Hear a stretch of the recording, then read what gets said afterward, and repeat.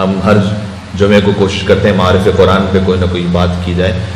آج معارف نہج البلاغہ پہ تھوڑی سی بات کی جائے. امیر المومنین کی عظمتوں پر اور امیر المومنین علیہ السلام کے فضائل کا اعتراف کرتے ہوئے مل کے بآواز بلند صلوات دیتے محمد اللہم صلی علی محمد محمد.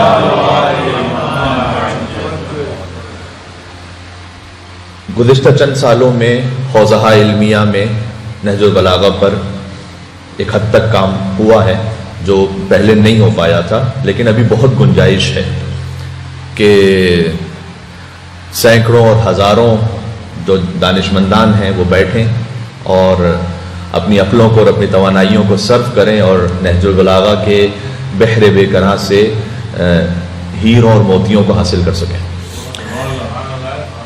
نہج البلاغہ میں اگر آپ علوم قرآن کو دیکھیں یا قرآن کی تفسیر نہج البلاغہ میں کہاں کہاں کی ہے مولا نے، 140 سے زیادہ موقع ہیں جہاں امیر المومنین نے قرآن کی آیات کے ذریعے سے اللہ سبحانہ و تعالیٰ کے کلام کو سمجھایا ہے.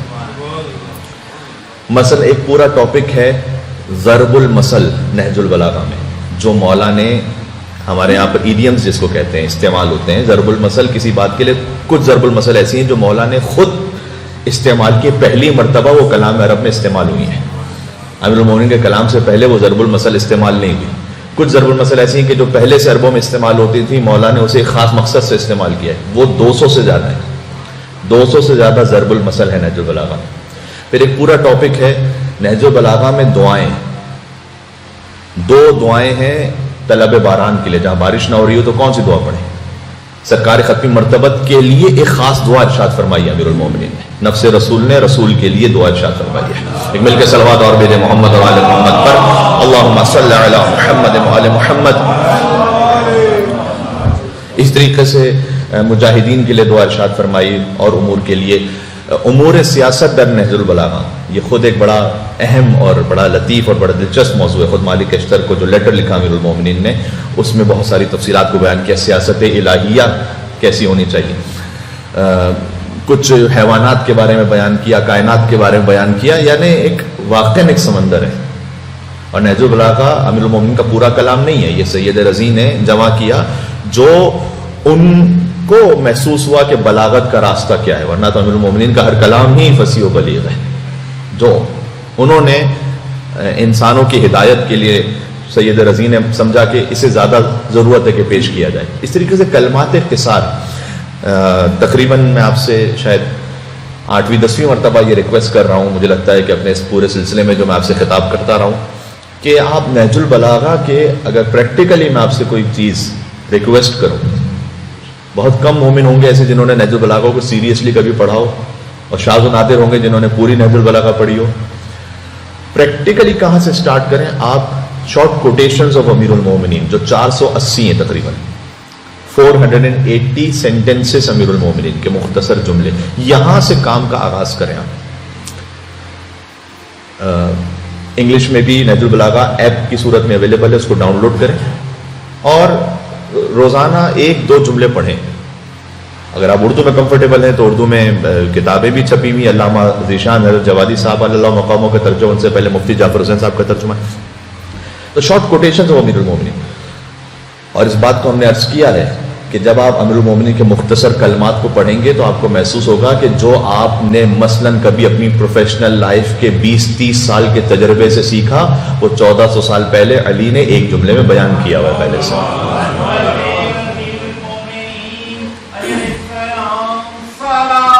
اللہم صلی علی محمد و آل محمد.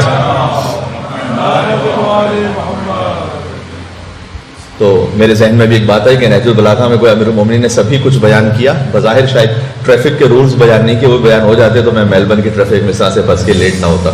بہرحال عرض یہ ہے کہ اس میں کوٹیشن نمبر 47 ہے قدر الرجل علی قدر ہمت. ہر انسان کی کوئی نہ کوئی ویلیو ہے. آپ کی ویلیو کتنی ہے، اس کو جانچنے کا طریقہ کیا ہے؟ ہر چیز کی ایک ویلیو کا خاص پیرامیٹر ہے کہ اس کو پہچان. گولڈ کو آپ جاننا چاہتے ہیں اس کی ارزش کتنی ہے تو آپ دیکھیں کتنے کیرٹ کا ہے. 18 کیرٹ کی الگ ویلیو ہے, 20 کیرٹ کی الگ ویلیو, 22 کیرٹ کی الگ ویلیو ہے. لینڈ ہے, لینڈ تو ایک ہی طرح کی 400 اسکوائر میٹر کہیں کی لینڈ ہے, لیکن اس لینڈ کی جو قیمت ہے وہ اس جگہ کے حساب سے کہ جہاں پر وہ ہے. سینٹ آلبنز کی الگ قیمت ہے, ڈانٹ کی الگ قیمت ہے, ایسٹ کی الگ قیمت ہے, ویسٹ کی الگ قیمت ہے. ہر چیز کی قیمت کا ایک پیمانہ ہوتا ہے. انسان کی قیمت کا پیمانہ کیا ہے؟ علی قدر ہمت ہے. مولا نے 4 جملے اس میں ارشاد فرمائے, میں چاروں آج نہیں پیش کر سکوں گا. کوٹیشن نمبر 47, اس کا پہلا جملہ یہ, ہر انسان کی قیمت اس کی بلند ہمتی سے, جتنی کریج ہے اس میں اتنی اس کی قیمت ہے. یہ بہت اہم ہے. بلند ہمتی کا مطلب ہے کہ اس کے 2 طرح سے ترجمے ہیں, وہی امیر المومنین کا کلام, اور دونوں اپنے اعتبار سے درست بھی ہیں. ایک مرتبہ یہ ہے کہ آپ میں جب کسی کام کو کرنے لگتے ہیں یا ارادہ کرتے ہیں تو کتنی ہمت کو اپنی بلند رکھتے ہیں کہ نہیں میں انشاءاللہ کر کے رہوں گا, اتنی آپ کی قیمت ہے. دوسرا یہ کہ عربی زبان میں ہمہ کا لفظ ایک اور کام کے لیے استعمال ہوتا ہے جس سے اہمیت ہے. ہر انسان کی قیمت اس شے سے کہ کس شے کو وہ کتنی اہمیت دیتا ہے. یہ ترجمہ دوسرا ہو گیا. آپ کس کام کو اہمیت دیتے ہیں اپنی زندگی میں, اپنے معاملات میں سے کس چیز کو سب سے زیادہ اہمیت دیتے ہیں. اس لیے دعاؤں میں آیا ہے کہ پروردگار میری اصل اہمیت کو, جو میں جس چیز کام کو اہمیت دیتا ہوں, وہ دنیا کے معاملات میں قرار نہ دینا, آخرت کے معاملات میں قرار دینا. اتنی آپ کی قیمت ہے کہ جتنی آپ کس شے کو اہمیت دے رہے ہیں, کس کو امپورٹنس دے رہے ہیں. بات واضح ہو رہی ہے؟ تو بلند ہمتی بالخصوص اپنی پروفیشنل لائف میں آپ ضرور, میں نے کہا نا مولا کائنات کے جو کلمات ہوتے ہیں وہ آپ کی فیملی لائف ہو, آپ کے جو آپ زندگی گزار رہے ہیں, اپنے جاب کر رہے ہیں, بزنس کر رہے ہیں, اس میں کہیں پر بھی آپ دیکھیں گے تو آپ کو بڑا کام آئے گا. وہ مجھے اپنی زندگی میں ہمت اپنی بلند رکھیں. کیا فرق ہے ہمت بلند رکھنے میں اور طویل آرزوؤں کو رکھنے میں؟ طویل آرزوؤں کی مذمت کی گئی ہے. امیر المومنین کے کلام میں مذمت کی گئی کہ لمبی لمبی آرزوئیں نہ رکھو, تو پھر مولا کیوں کہہ رہے ہیں کہ بلند ہمت رکھو؟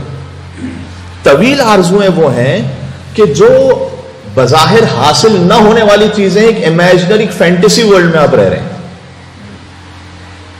یہ اچھا نہیں سمجھا گیا. اس طرح سے زندگی گزاریں گے تو وہ چیزوں کو حاصل نہیں کر سکیں گے, نا امید بھی ہوں گے, مایوس بھی ہوں گے. کل کی شب جمعہ کی تقریر میں میں کہہ رہا تھا کہ اگر کوئی انسان غم کو ایبزارب نہ کر سکے تو پھر مایوسی کی طرف جاتا ہے. ہر چیز کو ایبزارب کرنے کا ایک طریقہ ہوتا ہے. اللہ تعالیٰ نے آپ کو دولت, شہرت, طاقت عطا کی, اس کو اگر آپ نے ایبزارب نہیں کیا آپ تکبر کی طرف جائیں گے. اگر آپ کی تعریف ہوتی ہے, آپ نے تعریف کو صحیح طریقے سے ایبزارب نہیں کیا, آپ ریاکاری کی طرف جائیں گے. اگر غم آئے گا آپ کی زندگی میں, آپ نے اس کو صحیح طریقے سے ڈائجسٹ نہیں کیا, آپ مایوسی کی طرف جائیں گے.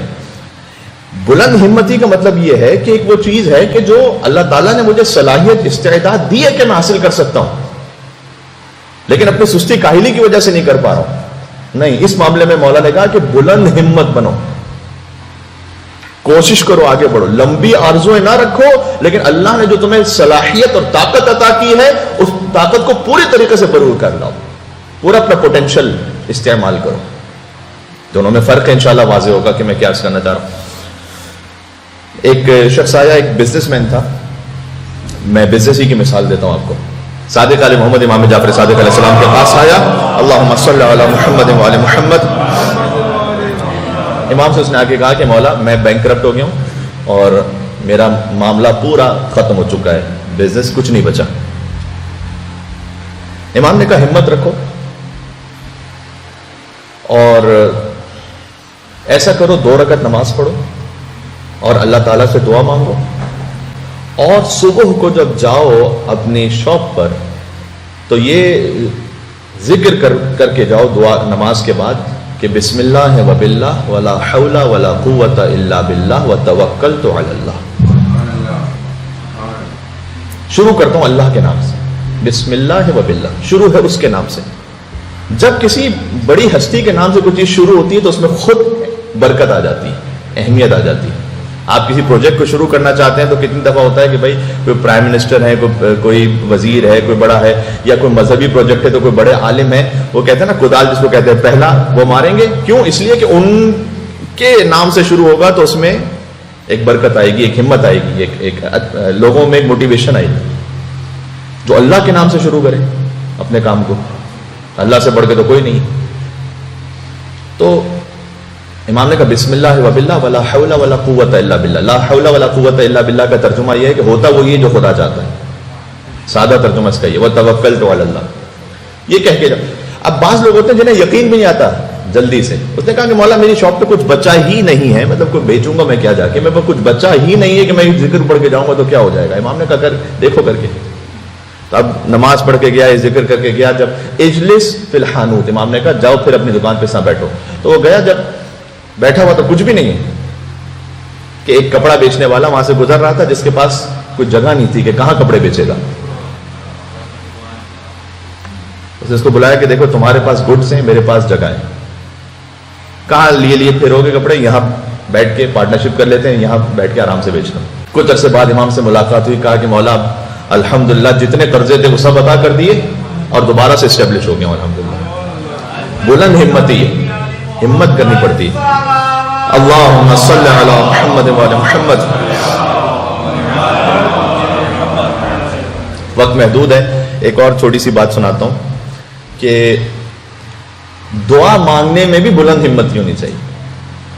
اللہ سے جب آپ مانگ رہے ہیں تو فقط دنیا کے چھوٹے چھوٹے معاملات میں پھنسے نہ رہ جائیں.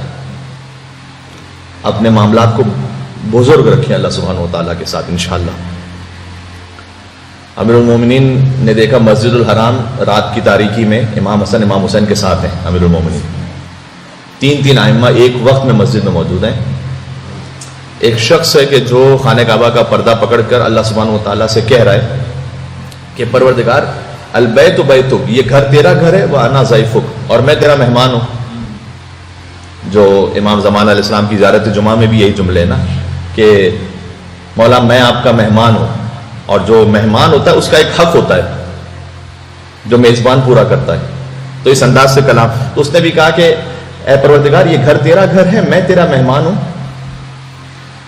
تو میری پذیرائی کے طور پر تو میرے گناہوں کو معاف فرما دے. امیر المومنین نے امام حسن امام حسین علیہ السلام سے کہا کہ اس نے جس انداز سے مانگا ہے نا اللہ نے قبول کر لیا اس وقت. ایک رات گزری, اگلی رات پھر امیر المومنین آئے امام حسن امام علیہ السلام کے ساتھ ہی. دیکھا پھر وہی شخص ہے, پھر کعبے کا پردہ پکڑ کے کہہ رہا ہے پروردگار یہ گھر تیرا گھر ہے, میں تیرا مہمان ہوں, اور میں چاہتا ہوں کہ مہمان نوازی کے طور پر تو مجھے دنیا میں اور اس سے بڑھ کر آخرت میں عزتیں عطا فرما دے. میں ذلیل و رسوا نہ ہوں اپنے گھر والوں کے سامنے, اپنے مومنین کے سامنے, وہاں پر عزت دے مجھے. ایک بڑا ڈفرینٹ سا ٹاپک ہے, اس کو کبھی زندگی رہی توفیق رہی سناؤں گا. 3 چیزیں قرآن میں کم از کم ایسی ہیں جہاں اللہ نے ایک بات کو کہہ کر کہا جمیعاً یہ سب کی سب میرے پاس ہے. جمی یعنی ٹوٹل, عزت, قدرت اور تدبیر.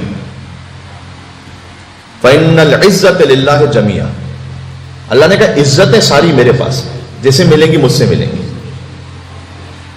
قدرت ساری میرے پاس ہے, تدبیر ساری میرے پاس ہے. مولا کائنات نے کہا اس نے جس انداز سے مانگا ہے اللہ تعالیٰ نے اسے عزتیں عطا کی ہیں. ترتیب دیکھیں, پہلے مغفرت مانگی, پھر عزت مانگی. تیسرے دن پھر رات میں امیر المومنین نے دیکھا کہ وہ شخص سے دعا کر رہا ہے اور کہہ رہا ہے پروردگار مغفرت اور عزت کے بعد اب میں تجھ سے یہ مانگ رہا ہوں کہ میں 4000 درہم کا مقروض ہوں. اب اس نے اپنی دنیا کے لیے مانگا تو میرا قرض ادا فرما دے. امیر المومنین اس کے پاس گئے اور کہا کہ اللہ نے تیری دعا سن لی ہے, آ میرے ساتھ میں تیرا قرض ادا کرتا ہوں. اور پھر امیر المومنین لے گئے اسے. سبحان اللہ. ایک مل کے صلوات بھیجیں. نام امیر المومنین حیدر کرار علی ابن ابی طالب علیہ السلام. اپنے کاموں میں امید رکھیں اللہ سے, بلند ہمتی رکھیں انشاءاللہ. یہ نہج البلاغہ کا میسج ہے, یہ اپنے بچوں کو سکھائیں, اپنے پروفیشنل لائف میں, اپنی ایجوکیشنل لائف میں, اپنے فیملی معاملات میں آپ کوشش کریں انشاءاللہ. امید رکھیں اور کوشش کریں کہ نہیں میں کر کے رہوں گا, یہ اچھا کام ہے. یہ کمیونٹی افیئرس میں مثال کے طور پر ایک آیت اللہ صدوقی ہوتے تھے جو کہ ایک زمانہ تھا, پتہ نہیں کتنے ڈیکڈز پہلے کی بات ہے, قم کے ایک ایریا میں وہ آئے. وہاں سے انہوں نے کہا کہ مدرسے کے لیے زمین خریدنی ہے. تو ان سے کسی نے کہا کہ 1000 میٹر زمین جو ہے وہ خرید لیں. انہوں نے کہا 1000 میٹر پورا یہ ایریا خریدو. اس وقت بڑے سستے داموں بھی تھا, پورا ایریا 1000 میٹر بھی ہمیں بہت لگ رہی ہے, پورا ایریا بہت بلا وجہ ایکسٹرا ہی ہے.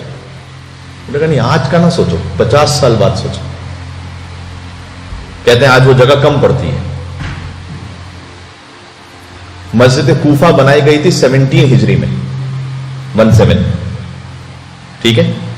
اس وقت جب بنائی گئی تھی, البتہ جو مقامات ہیں وہ تو پہلے سے تھے, حضرت نوح علیہ السلام وہاں ہیں, حضرت آدم علیہ السلام کا مقام توبہ وغیرہ وغیرہ وہ سب, لیکن جو مسجد بنائی گئی 17 ہجری میں, اس زمانے میں 30,000 لوگوں کی مسجد بنائی گئی. آج جانتے نا مسجد کوفہ کی وسعت کتنی ہے. یہ 17 ہجری میں بنی تھی. ہمت بلند رکھیں. یہ ہم موجودہ حالات کے اعتبار سے میں بات کر رہا ہوں, تاکہ آپ کی کم از کم فیو جنریشنز اس سے استفادہ کرتی رہیں. ٹھیک ہے, یہ کچھ اچھا تحفہ دے کے جائیں انشاءاللہ اپنی نسلوں کو.